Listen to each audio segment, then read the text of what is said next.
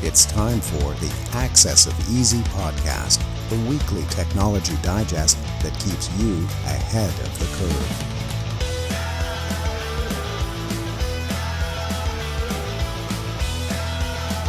Brought to you by easyDNS.com. Welcome back, everybody, to the Access of Easy podcast, a hastily assembled studio today, thanks to a midweek CBP rip. My name is Joey. That's Len, the other panel buddy. What is going on? Thursday night, NFL draft night. How's things over there? It's good. Yeah, I picked up today Cordell Stewart. I got Slash. Nice. Yeah, why not? Well, you can say it gives me some flexibility. So yeah. How about you? How's things over there? Great. I just came back from a buddy's house. We drafted Jaden Daniels. I'm looking forward to seeing what he does. A little thin, but fast as all hell. RG4, as I like to call him. Anyway, we got lots to talk about tonight. Let's start with last week's quote of the week. Until you make the unconscious conscious, it will direct your life and you will call it fate. That was by Carl Jung Nico, whose name I'm pretty sure I'm not. Carl Jung. Nico got it right. So if you're Nico, listener, viewer, well done. Good job. This week's quote, Len: truth is like the sun. You can shut it out for a time, but it ain't going away. If you know who that was by, put it in the comment section. As always, no Googling, no searching, none of that stuff. And if you get it right, if you're the first person to get it right, I should say, because there's often multiple winners, you get your first round of renewals on easyDNS. Mark will pay for your renewals, which you can't beat. Len, lots to talk about this week in data breach and overreach. And where do you want to start, my man? Yeah, let's go right to the AI censorship, because researchers, they have been investigating the way AI chatbots, the ones we know and love, the open GPTs and stuff like that. Well, these chatbots, the responses for them, there's some controversial topics that people are putting into them, and the responses are very interesting. Their findings, it's researchers' findings, suggest that these chatbots are programmed to avoid generating content for nearly half of these controversial prompts. For instance, none of the chatbots included in the study would create content that argues against transgendered women's participation in sports. And so this raises the concerns about the potential bias about these AI systems and how it might influence the information of the user base. The current moderation policy surrounding this stuff is vague. That's being lenient too. And it's leaving a lot of room for subjective interpretation by moderators. And this could lead to situations where the same content is being flagged as inappropriate by one moderator, but not by another one.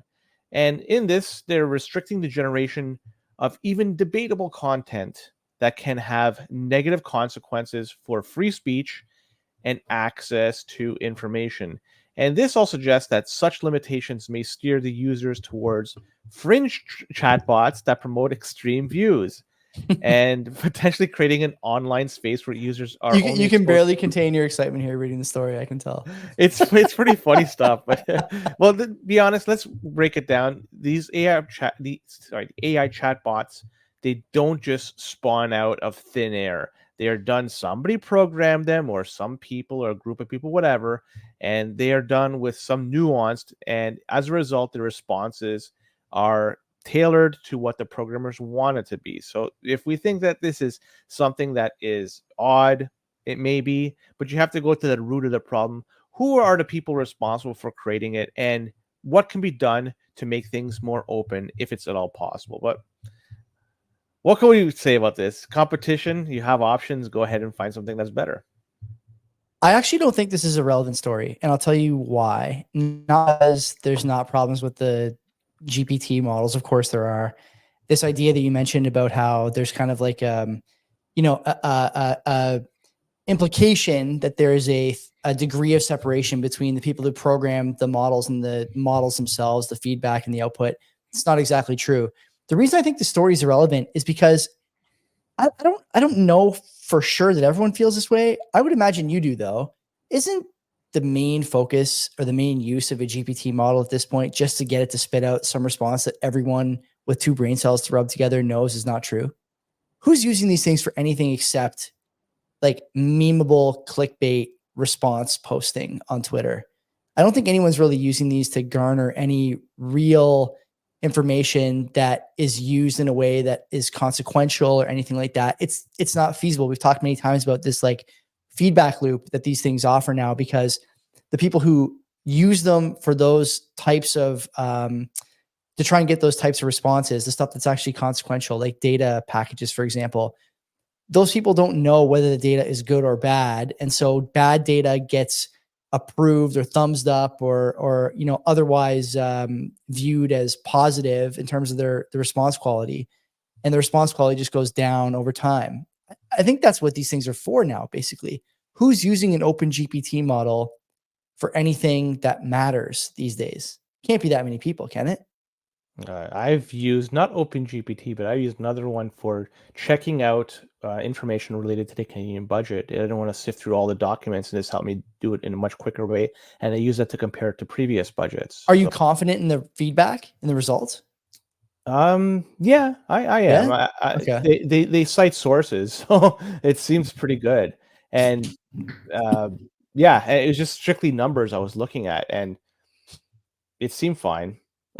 It's more of an advanced search engine. That's the only way I'm looking at it. And it just You said makes that life before. I easier. think that's a good framing, right? It's like a search engine basically that just is a little more, user friendly.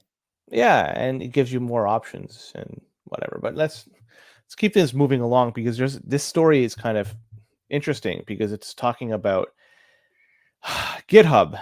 Yeah, Hmm. near and dear to So, us for sure. Yeah. so according to a recent article or report, sorry, from Bleeping Computer, attackers have been exploiting a vulnerability in GitHub comments to distribute malware. And this vulnerability involves attaching malicious files to comments, then disguising them as legitimate files from trusted sources.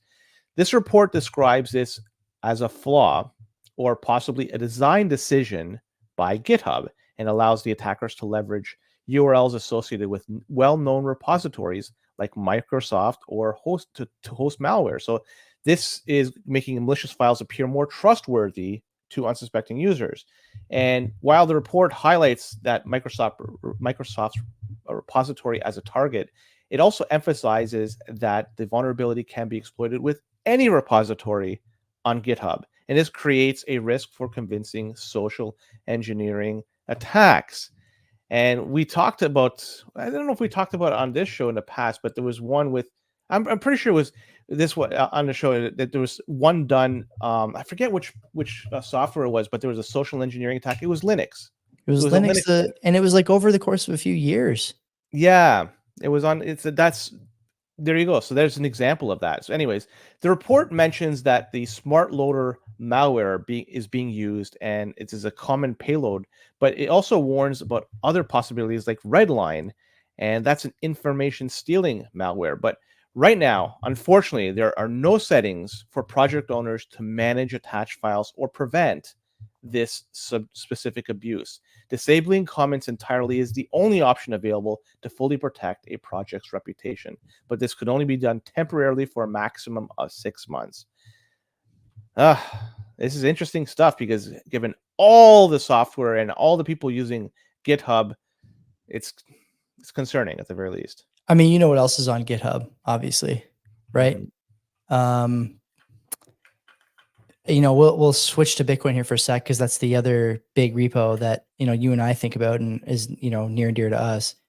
Bitcoin's under attack by most first world governments now. In the last week, we saw Samurai and Samurai's servers and staff founders taken into custody, and today talk about how no more non-KYC services on Bitcoin can be used. This is a bit, I'll say adjacent to the GitHub thing, but I think the point I want to make is that GitHub hosts a lot of important project work, and Microsoft, I think you and I agree on this, is at this point, basically an arm of the US government, I want to say, in a lot of ways. And it's still the best place to do projects like Bitcoin or Linux or whatever, because of the way that the sources, it's friendly to developers, it's friendly to users in a way that not a lot of things are friendly to both. And to me, Len, you're right, man. It's worrisome, isn't it? More than anything, that there's not really a solution for this in the short term. And I wouldn't be surprised if in the long term there was concessions made for, nefarious accessibility, let's say, to third parties who are activist in nature in some regards. It's not good. But what's the alternative? Like, there's no alternative out there. So what do you do, right? You're going to start compiling and doing other stuff on your own with what, like, forum instructions? It seems unlikely. It's just, it sucks. This sucks more than anything else.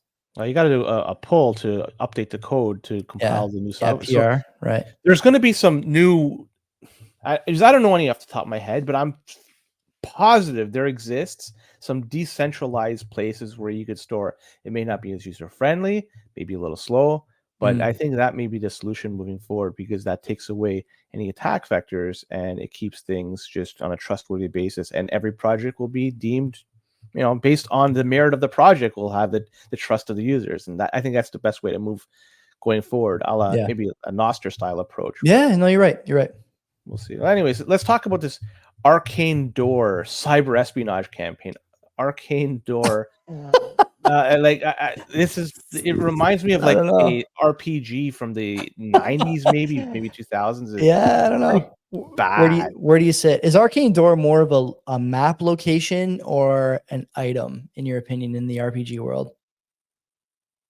It's a map location. You think? Yeah, I'm with you on that. I think, yeah. But it's not really good. Anyways, 2 out of 5. 2 out of 5. That's being very generous. This is a hacking campaign where cyber spies, likely backed by a nation state, they were exploiting vulnerabilities in Cisco firewalls.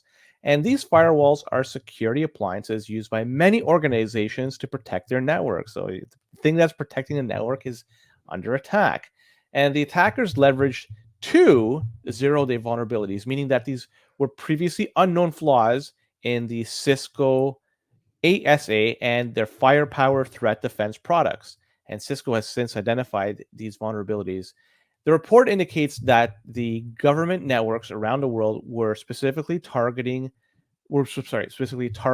in these campaigns. So the attackers used the firewall vulnerabilities to gain access to these government networks, potentially stealing sensitive data or disrupting operations. And this has been going on for some time, since at least November 2023.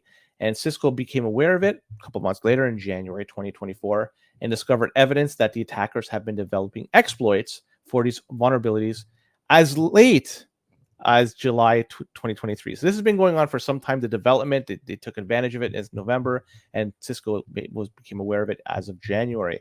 So this is a well-planned and long-term operation. And Cisco has identified it and patched the vulnerabilities.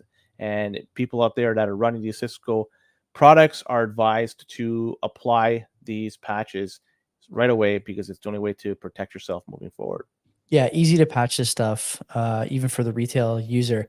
A quote from the article, Len, some other names for us to rank. In those intrusions, the hackers exploited 2 newly discovered vulnerabilities in Cisco's ASA products. One, which is calling Line Dancer. Reminds me of LimeWire. Line Dancer reminds you of LimeWire? Is it a Line Dancer or Line Dancer? Line Dancer would be Dancer. 5 out of 5. Line Dancer is like a 1 out of 5. They're both pretty crappy to me. I'll still with one. I'm harsh these days in these days. I want it good. I'm hardened. Lets the hackers run their own malicious code in the memory of the network appliance, allowing them to issue commands to the devices, including the ability to spy on network traffic and steal data. Is there anything worse? As if there's anything worse than that. Spy on the network data and steal the data. You can't, it doesn't get any worse than that for the retail user. Kick to the nuts. Basically, that's about it, right? Take you out back to the shed, but there's not many worse fates than that. And the other thing I'll mention here, we oftentimes dunk on like these smaller companies. We'll head over to the trading view page, see what they're trading at, pennies on the dollar. Are they better or worse than Toronto Star? Oftentimes the only company that's reported the only companies that are reported on this program are somewhat trading at lower than Toronto Star. Cisco, a monster. And I think, Len, in the year or so we've been doing this show, probably the first time we've had a vulnerability from them. So what's that tell you? The attacks are getting more complex, and everyone needs to be on alert, not just the Walmart shoppers for these types of services, but the people shopping at Mercedes and Jaguar too. So yeah, something to look out for, definitely for everybody. All the reason to run a Commodore 64. That guy will never be hacked. No one's looking. No one's looking. So a breach targeting something called Change Healthcare. This is a subsidiary of UnitedHealth that processes health data for millions of Americans. And hackers believed to be affiliated with the ALPHV ransomware group.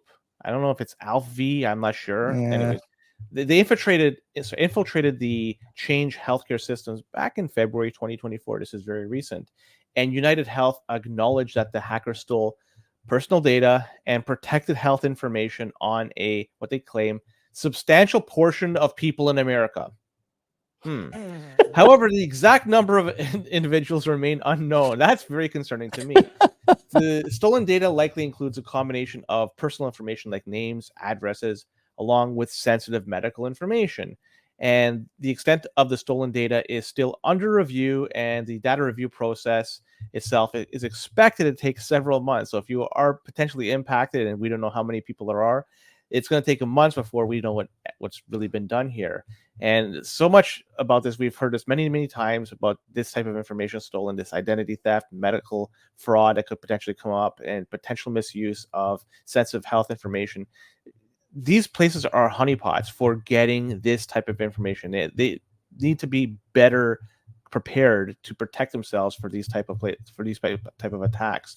And this is also highlighting the financial strain on Change Healthcare, because with UnitedHealth, they're estimating losses of up to $1.6 billion this year due to the disruption and recovery efforts. So this is very, very costly to them. I don't know. Just another one. What are you going to do? Like, think about it. If you have to get healthcare, health coverage, health anything, like anything to do with health, you go to a place and you expect them to protect your data. The least they could do. It's a very least, please protect it. But you're giving them everything, right? Everything related to you, because they need to know your name, your date of birth, your medical history, everything. Because if they're going to be providing you medical treatment, they have to have this information on file to give you the best medical care and to ensure that you're going to be healthy. That type of information is very important. I don't know why they don't put up more of an effort to protect this information, but it's just, this is the case. And it's another one where they're going to get 2 years of credit monitoring service. And thanks for joining up. Oh man, I love this story. This is another banger from the healthcare system. I'm pretty sure ALPV is actually alpha but stylized. This is my inner millennial kind of talking here. Oh, the A is upside down. Yeah, it's like the return to tradition. The V is upside down, and the anyway. That's story for another time. But here's a nice quote. Okay. The hackers were in Change Healthcare's network for more than a week before deploying the ransomware, allowing hackers to steal significant amounts of data from the company's systems. Len, there are 52 million people in UnitedHealthcare's database. 52 million.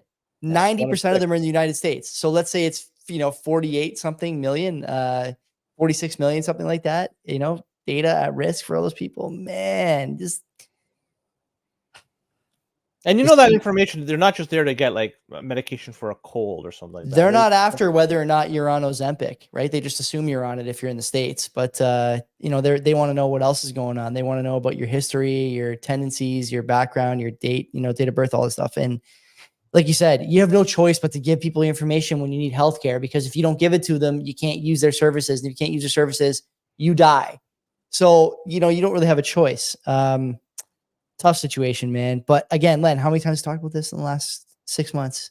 Almost every 2 weeks, if not every week, another healthcare provider pwned by some hacking group. And this is nothing new, not surprising, but disappointing all the same, like we like to say.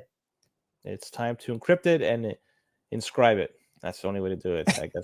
Let's talk about WhatsApp, because there's privacy concern regarding the WhatsApp encryption and Facebook's potential motives.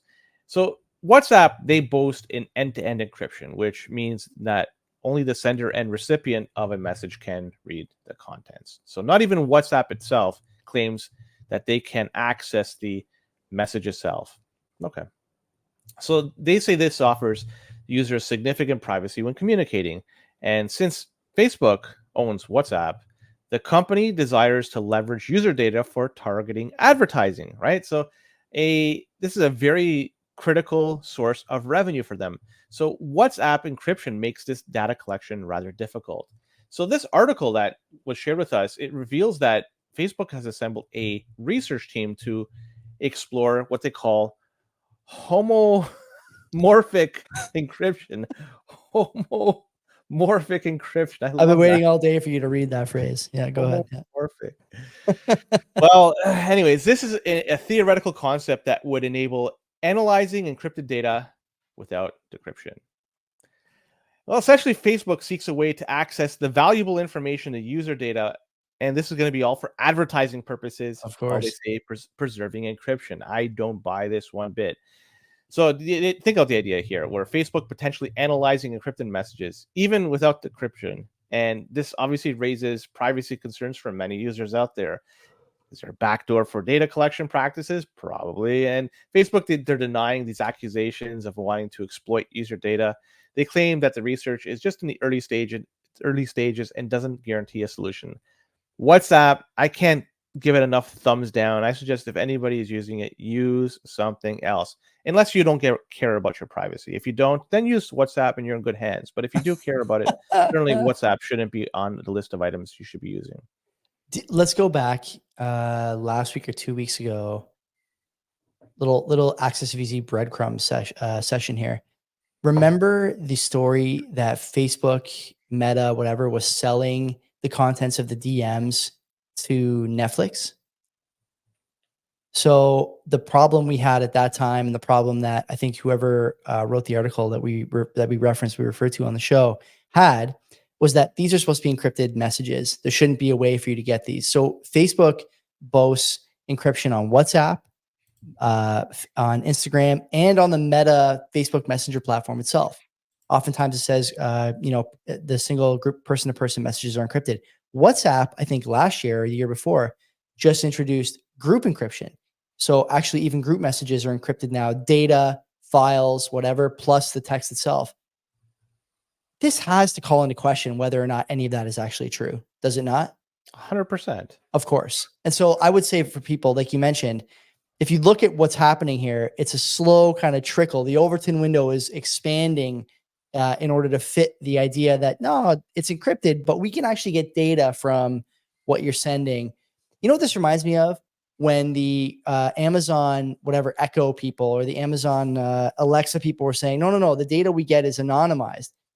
And then you find out, 2 years later that they're using it in murder trials. Well, is it really anonymized? Is it really homomographic or whatever the fuck the term is? Sorry for the swear word there, but like, it's not. It's clearly not. And people who think that this is the case, especially with these big mega corporations, give your head a shake. They're not out to protect your data. They're not out to protect you. They are arms of the government. And, whether it's for advertising or for other purposes, it will not be the only reason your data is de-anonymized. Period. End of story. It's been like this, since this sort of data was available. This will be no different. Be careful with the things you say and where you say them. More than ever, this is maybe the most important thing to consider when you're sending messages or sending data to other people. And something else that's very important are domain names. And easyDNS, they have launched an AI domain name generator. And it's live right now. You simply go to easydns.com. It's at the top. So at the top of the page, you can see the AI name generator. I tried it out. It's pretty cool because it prompts you with a box you fill in, and you just type in what it is your website's going to be all about and what you want the suffix to be. And from there, it's going to spit out a bunch of suggestions for you. So if you're looking to do some squatting on domain names and you want to get a bunch of good ones, you could use easyDNS's name generator. That's all done by AI. And you can't query anything else. It's not giving you any questions about, or you can say no answers about transsexuals and them being in sports, stuff like that. This is simply just AI generated. It's targeted, it's focused. This is what you want, and it's a cool service. So I got some good ones here. The prompt I used was Len's NHL 94 memorabilia shack. And the one it gave me that I think you might like, and NHL 94 memorabilia. That's pretty cool. Not bad. Not bad. So there you go. Thing might work okay. I'm gonna have to look into this some more. I like that one. Yeah. We also got some other ones here. We got Puck Fever 94, also good. Classic Ice 94, Puck Legacy 94. This is not bad. Not bad. If you Can't did get want to ever license open plates, a, though. oh yeah, man, that'd be pretty good So too. people have looked. So it's Saskatchewan and New Jersey, but not Ontario. Somebody already took the one in Ontario. So, yeah, there's a list of who has the 94 plates for whatever state and province, and Wow. can't get it in Ontario. Somebody has it, and it's not unknown who has it. You know that another part of the service, I don't know if you actually said this when you were describing it, but it tells you whether or not the domain is taken or not taken. Mhm. Yeah, pretty good. I like this. Yeah. I like this. I might Yeah. start collecting domain names like any good Bitcoiner would. Anyway, A lot of them, yeah. yeah, that's Access of Easy. Thanks for tuning in. Subscribe, podcast, YouTube. We don't have Instagram or anything else, but if we did, we'd tell you. For now, though, Len is making sure we don't get it. Don't want to have our data stolen and our DMs decrypted after all. So till next time, we'll see you. Take care of yourself and enjoy your weekend. Take care.